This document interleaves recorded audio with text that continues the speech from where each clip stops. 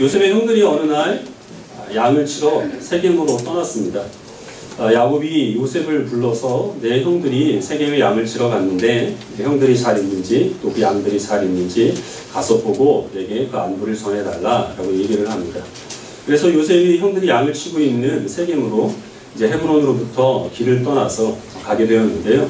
헤브론에서 세겜까지는 약 80km 정도 떨어져 있다고 하거든요. 차를 타고 가면 금방 가겠지만 이때는 그럴 수가 없었겠죠. 걸어갈 수밖에 없었을 텐데 그러면 사람이 한 4일 정도 걸어야 도착할 수 있는 거리입니다. 우리는 늘 요셉을 생각할 때 색동 저고리 입고 있는 어린아이를 생각하는데 하지만 요셉은 17세입니다. 거의 성인에 가까운 나이인데 최소한 17세였거든요. 그러니까 충분히 야곱이 그런 심부름을 보낼 수 있었던 때였습니다.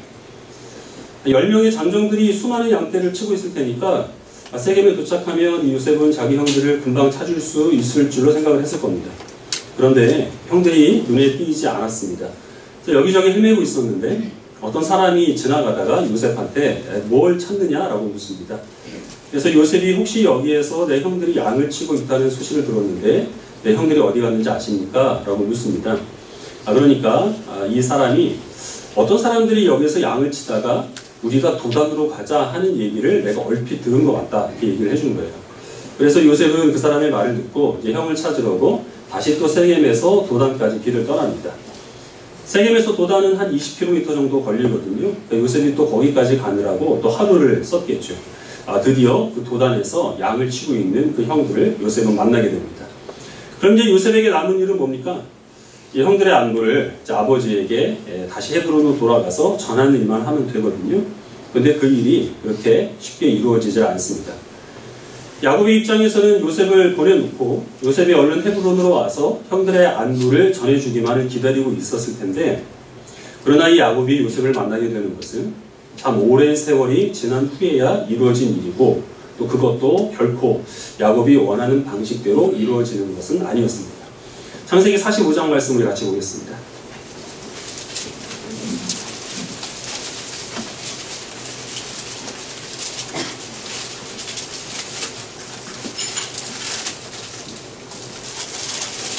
창세기 45장 25절부터 28절까지 먼저 읽도록 하겠습니다.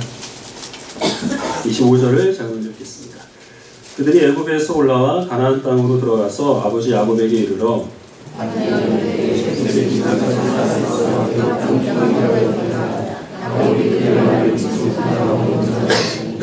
그들이 또 요셉이 자기들에게 부탁한 모든 말로 그에게 말하매 그들의 아버지 야곱은 요셉이 자기를 태우려고 보낸 수레를 보고서야 기운이 소생한지라 이스라엘이 이르되 조카보다 내 아들 요셉이 지금까지 살아있으니 내가 죽기 전에 가서 그를 보리라 하니라.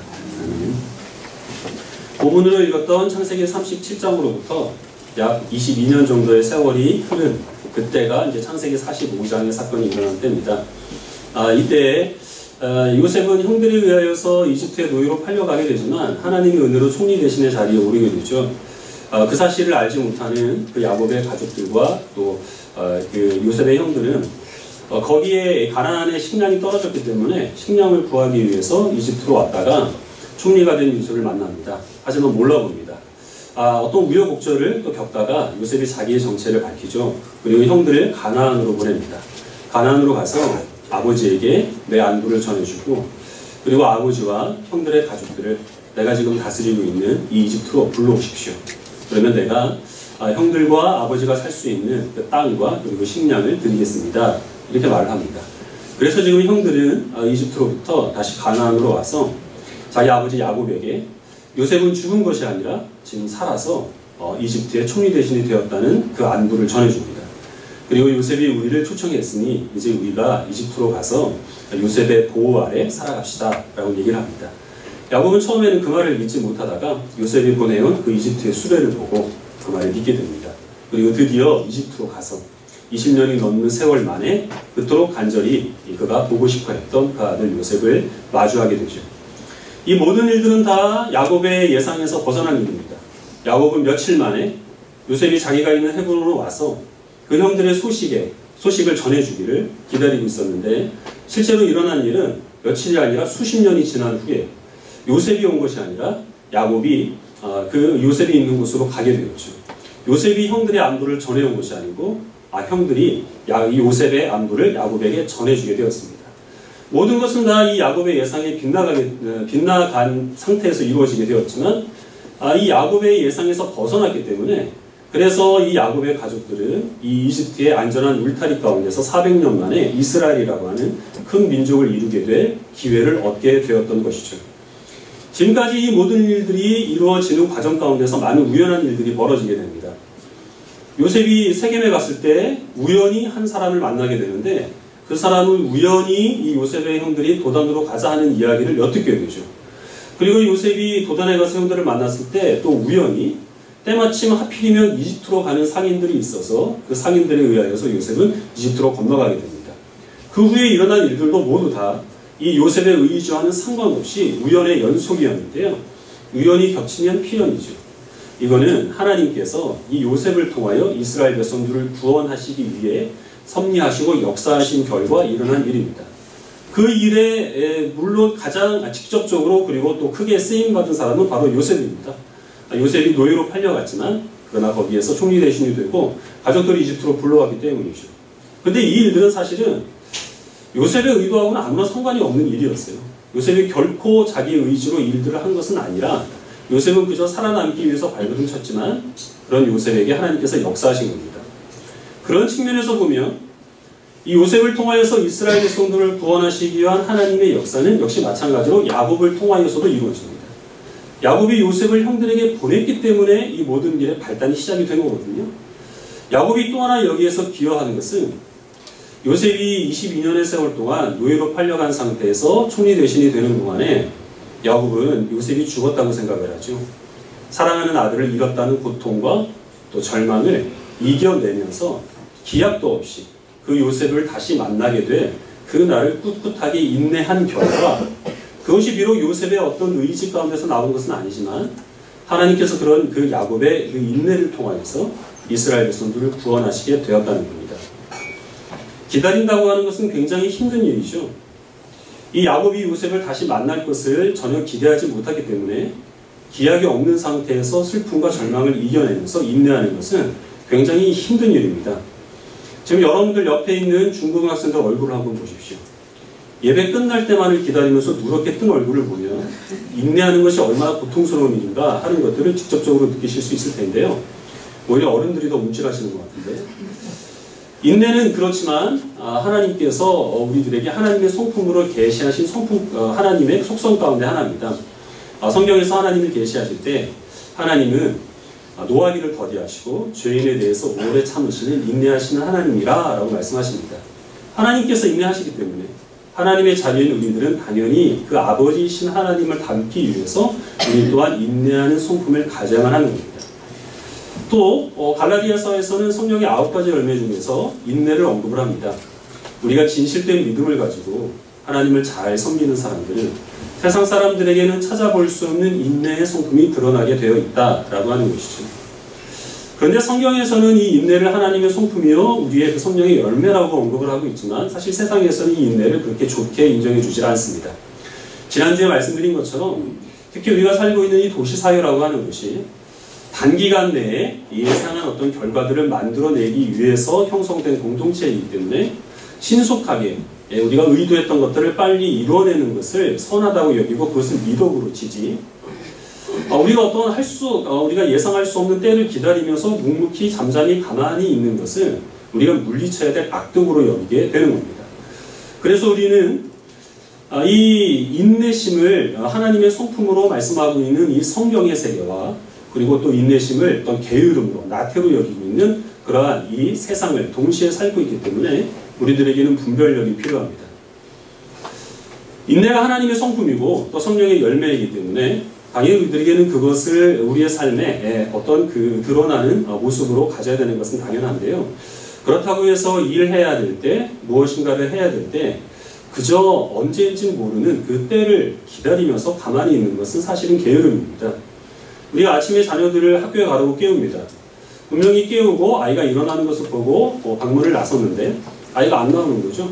다시 방에 들어가 보면 계속 이불을 뒤집어 쓰고 뒹굴뒹굴 하고 있습니다. 그러면 그 아이한테 너 왜 학교에 안 가니? 이렇게 물었을 때 이 아이가 이렇게 대답을 합니다. 지금 나는 학교 가고 싶은 마음을 꾹 억누르면서 인내하고 있어요. 그래서 우리 부모님들이 넌 정말 성령이 충만한 아이구나 이렇게 칭찬하는 사람은 한 사람도 없습니다. 귓방망이로 올려 붙어서라도 학교에 보내야 되겠죠. 우리 그리스도인들은 기본적으로 열심히 살아야 됩니다.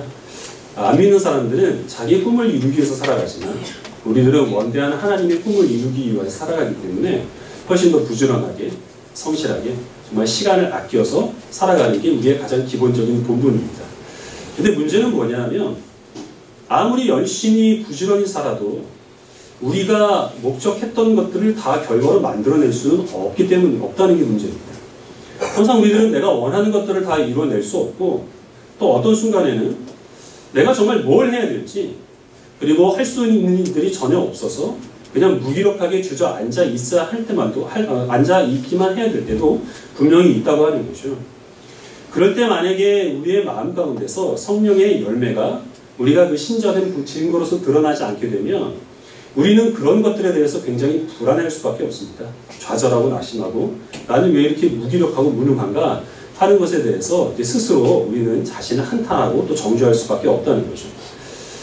하지만 우리 마음속에서 이 인내라고 하는 하나님의 성품이 이 성령의 열매로서 맺어지게 된다고 한다면 그럼 우리는 그런 순간에도 우리가 일해야 할 때가 그리고 열심히 일하지 않아도 될 때가 잠잠히 있어서 하나님의 그 역사심을 기다릴 때가 언제인지를 구별할 수 있는 지혜가 생기게 됩니다.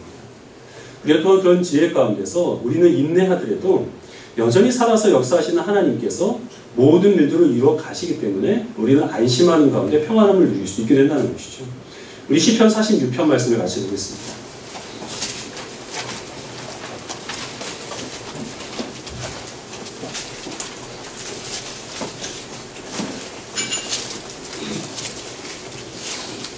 구약 836페이지입니다. 지난주에 보일러를 고쳐서 기쁜 마음에 좀 빵빵하게 됐더니 얘가 좀 사우나 같은 느낌이 드네요. 여러분 덥지 않으세요? 그렇죠? 예배 마치고 나면 몸이 개운해지실 겁니다. 시편 46편 1절부터 11절까지 한 절씩 교독하겠습니다. 46편 1절을 제가 먼저 읽겠습니다. 하나님은 우리의 피난처시요 힘이시니 환난 중에 만날 큰 도움이시라. 바닷물이 솟아나고 뛰놀든지 그것이 넘침으로 산이 흔들릴지라도 우리는 두려워하지 아니하리로다.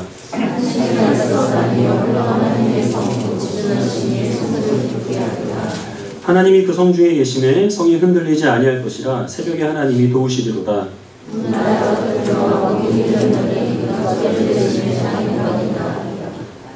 만군의 여호와께서 우리와 함께 하시니 야곱의 하나님은 우리의 피난처시로다.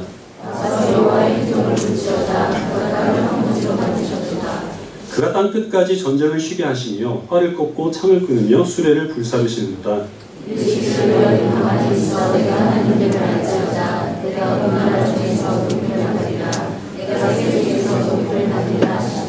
읽겠습니다.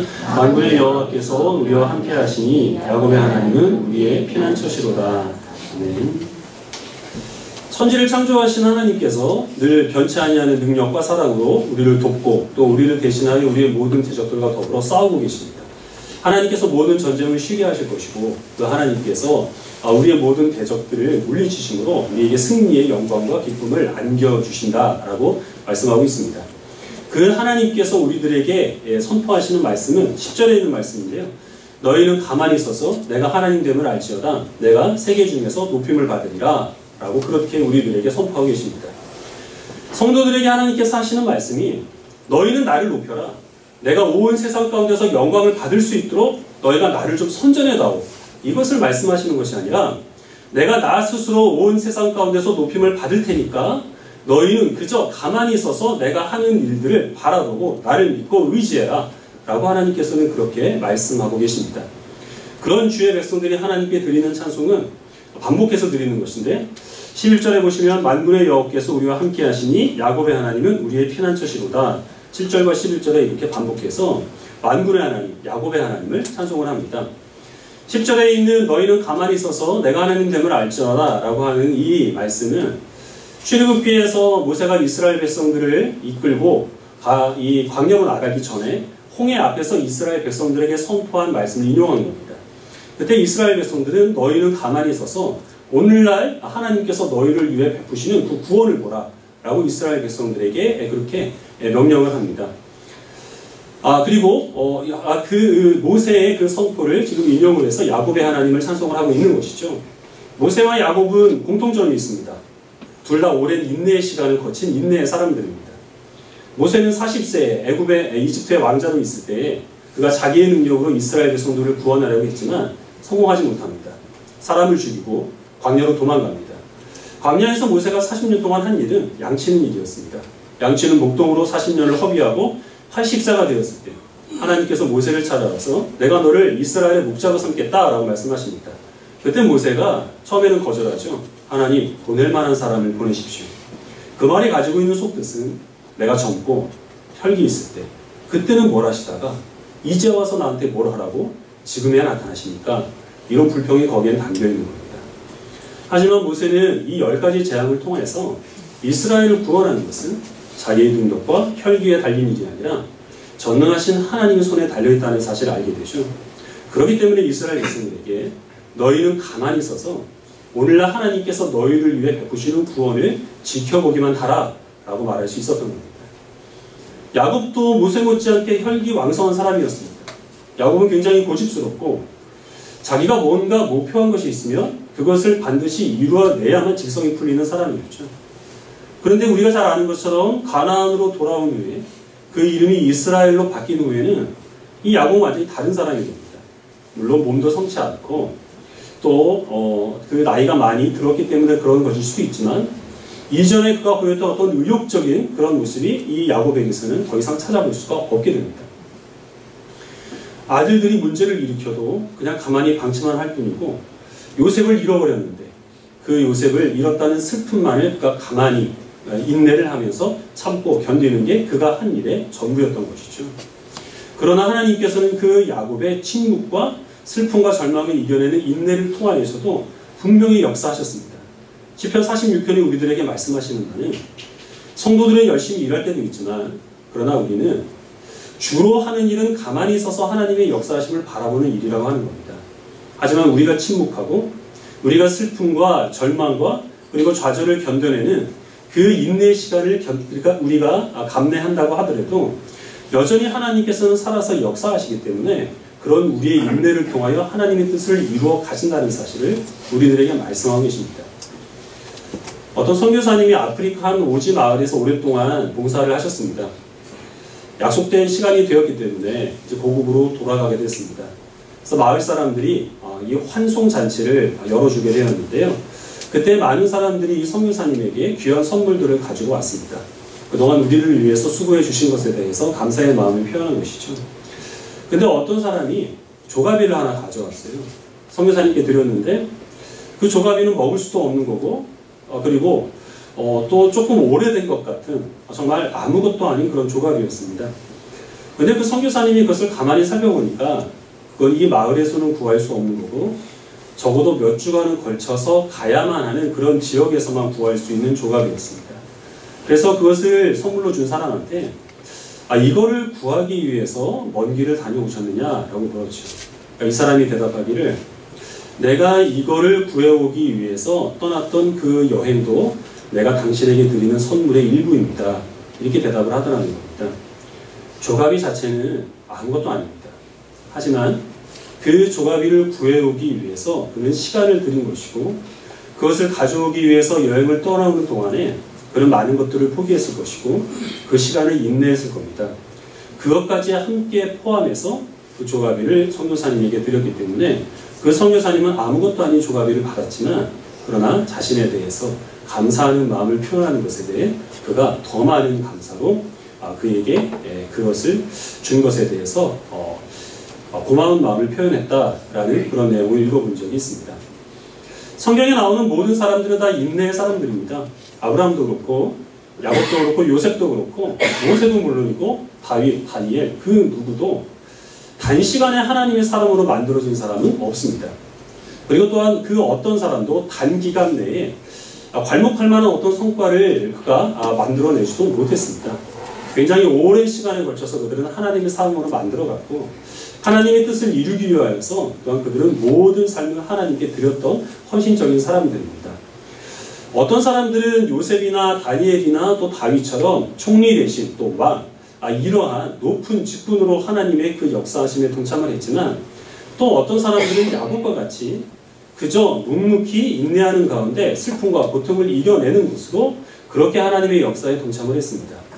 세상 사람들이 보기에는 어떤 사람의 인생은 정말 값어치가 있고 그가 하나님 나라에 크게 역사했다라고 평가받는 그런 삶이 있을 것이고 그와는 상관없이 정말 누가 보더라도 시간만 허비하는 그런 무의미한 삶을 보냈다라고 여겨지는 그런 성도의 삶도 있지만 그건 어디까지나 사람이 평가하는 것뿐입니다. 하나님께서 보시기에는 하나님은 진주와 같은 보배를 원하시는 것이 아니라 그것을 드리기 위하여서 사람이 얼마나 하나님께 시간을 드리고 그 시간 안에서 슬픔과 고통과 수고를 인내했느냐라는 것을 보기 때문에 총리 대신이나 왕이든 아니면 야곱과 같이 그저 늙어가는 한 사람의 노인이든 상관없이 하나님께서는 그들의 그 헌신을 귀하게 여기시고 그들의 삶을 통해서 역사하신다라는 것을 우리들은 기억을 해야 합니다. 잊지 않는 사람들은 이걸 모르죠. 모르기 때문에 세상 사람들은 무지하게 바쁩니다. 정말 바빠요. 항상 수고하면서도 만족할 줄을 모릅니다. 모든 일을 하나님께서 먼저 시작하시고 그 계획하신 것을 이루어 가시고 결국에는 결과를 만들어낸다 하는 것을 모르기 때문에 자기가 뭔가를 만들어내야 하는 겁니다. 그렇기 때문에 그 사람들은 항상 분주합니다. 분주하지만 모든 사람들이 다 총리가 될 수 있는 것은 아니고 모든 사람들이 다 자기가 원하는 왕의 자리에 올라갈 수 있는 것은 아니거든요. 그러니까 수고스럽게 살면서도 항상 허탈함을 느낍니다. 늘 좌절하죠. 뭘 해야 할지도 모르고 할 수 있는 일이 전혀 없게 되면 나는 왜 이렇게 무능한가? 라고 스스로의 신사를 한탄할 수밖에 없습니다. 우리 그리스도인들도 하나님께서 우리의 삶의 주인이 되신다는 사실과 예수 그리스도께서 우리의 왕이 되신다는 사실을 우리가 인정하지 못하면 그렇게 될 수밖에 없습니다. 하지만 우리의 삶의 그 모든 그 목적을 내가 정하는 것이 아니라 하나님께서 정하시는 것이고 하나님께서 그 길로 우리를 인도하여 들이시는 것이며 하나님께서 내가 꿈꾸는 것 이상의 결과를 내 삶을 통해서 만들어내신다는 사실을 우리가 기억하게 되면 우리는 어떤 일이 있어도 절망하지 않습니다. 시간을 허비하는 것과 같은 허탈한 삶을 살았다고 하더라도 하나님 앞에 참고 인내하는 것만으로도 하나님께서 우리의 삶을 귀하게 사용해 주셨다는 사실을 알아 감사하는 마음으로 우리의 삶을 귀하게 여기고 그 안에서 우리는 만족하게 생각을 하며 아무것도 할 수 없는 무기력한 상태에 있다고 하더라도 주님께서 나를 통해 여전히 역사하실 것을 믿으며 다른 방법으로 하나님께서 내 삶을 사용해 주실 것에 대한 준비하는 시간을 갖게 되는 것이 성도들에게 주시는 하나님의 그 위안과 그리고 평안이라는 사실을 기억하시길 바랍니다. 이 자리에 계신 모든 성도님들에게 한 가지 당부드리고 싶은 것이 있습니다. 가장 기본적인 것인데요. 예배를 귀하게 여겨달라는 겁니다. 예배에 집중하시길 바랍니다. 우리가 예배에 집중하지 못하는 이유는 예배 중에는 아무런 일도 일어나지 않기 때문이죠. 그리고 어떤 순서를 맞지 않는 이상 그냥 가만히 앉아 있어야만 하는 게 예배이기 때문에 예배에 집중하기는 참 어렵습니다. 그래서 예배 중에 어떤 이벤트가 일어나거나 아니면 예배 외에 우리가 봉사하거나 아니면 친교하는 그런 쪽에 더 그 신앙생활하는 많은 비중을 두시는 분들도 있는데요. 신앙생활에 있어서 가장 중요한 것은 예배입니다. 그 다음에 모든 것을 해야 되는 것이죠. 예배 중에 어떤 일도 일어나지 않는다라고 해서 우리가 늘 예배하는 가운데 어떤 감동도 느끼지 못한다라고 해서 그 예배가 무의미한 것은 아닙니다. 예배라고 하는 것은 원래 아무런 일도 일어나지 않는 것이고 원래 가만히 있는 겁니다. 왜냐하면 하나님께서 이 예배를 통하여서 우리들에게 주시기를 원하시는 믿음이 있기 때문입니다. 모든 것을 하나님이 이루시고 우리는 가만히 있어서 하나님의 역사하심을 보며 하나님께서 말씀하시는 것을 이루어가기 위해 성실하고 열심하게 살아가야 된다는 것을 이루는 이 예배를 통하여서 배우게 됩니다. 이 예배가 아니면 우리의 삶을 모든 것을 시작하시고 결과를 만들어내시는 그 하나님께 대해서 배울 기회가 없습니다. 그리고 우리는 예배를 통하여서 인내하시는 하나님의 마음을 배웁니다. 그 인내를 우리는 닮아가게 됩니다. 그래서 이 예배하는 가운데 어떤 감동이 없이 그냥 끝날 시간이 될 때까지 옆 사람에게 방해 끼치지 않고 피해 끼치지 않고 가만히 인내하는 것만으로도 우리는 하나님의 마음을 닮아가는 훈련을 할 수 있게 되는 겁니다. 하나님께서 물론 이 예배를 귀하게 생각을 하십니다. 주님께서 예배를 귀하게 여기시는 이유가 무엇이겠습니까? 예배를 드리는 우리가 괜찮은 사람이 있기 때문에 그렇겠습니까? 그럴 리가 없죠. 우리가 예배 중에 드리는 찬송이 정말 하나님의 마음을 감동시킬 만큼 그렇게 은혜롭고 또 아름다운 찬송이기 때문에 하나님께서 이 예배를 기다리실까요? 제가 듣기에도 좀 여러분들도 좀 그 가요교실 같은 데도 한번 다녀보시는 게 좋지 않을까라고 개인적으로 생각을 하는데 그것도 이유가 안 됩니다. 우리가 하나님께 드리는 그 모든 예물들이 하나님의 입을 떡 벌리게 만들 만큼 그렇게 값진 것이어서 하나님께서 이 예배를 귀하게 여기시는 것도 아닙니다. 하나님께서는 보배를 원하시는 것이 아니라 우리가 하나님께 헌신하기까지 준비하고 인내하고 참고 그 과정을 주님께서는 귀하게 여기시기 때문에 그래서 하나님께서 기뻐하실 예배를 우리도 중요한 마음으로 드려야 한다는 겁니다. 하나님께서는 예배하는 주의 백성들에게 쉼과 평안함을 주십니다. 하지만 어떤 순서를 맡으신 분들은 많이 쉬지 못하죠. 예배를 드리면서도 사실은 마음의 부담감이 많이 있을 때가 있습니다. 저도 설교를 준비하다 보면은 이 예배가 어떤 쉼이 아니라 일로 다가올 때가 있거든요. 순서를 맡거나 봉사하시는 분들이 예배하는 가운데서 쉼을 얻는다는 것은 사실 굉장히 힘이 듭니다. 하지만 하나님께서 우리들에게 그러한 순서를 맡겨주시고 봉사할 수 있는 기회를 허락하여 주신 것은 사람에게 평가받기 위해서가 아니라는 사실을 기억하시길 바랍니다. 하나님께서 그것을 보시고 하나님께서 보실 때 그 자리에서 어떤 모습으로 그 일을 했느냐라는 것이 아니라 그 일을 감당하기 위해서 얼마나 많은 시간을 들였고 그것을 준비하는 과정 가운데서 얼마나 많이 슬픔과 고통과 괴로움을 인내했느냐라는 것을 하나님께서는 귀히 여기신다는 사실을 기억하시고 가만히 앉아서 예배를 하시든 어떤 순서를 맡아서 봉사를 하시든 주님의 그 모든 주권을 의지하는 믿음 가운데서 쉼과 평안함을 누릴 수 있는 성도들이 되시기를 바랍니다. 야곱은 하나님의 뜻이 이루어지기까지 22년을 참았습니다. 우리들에게 하나님께서는 더 많은 인내를 요구하십니다.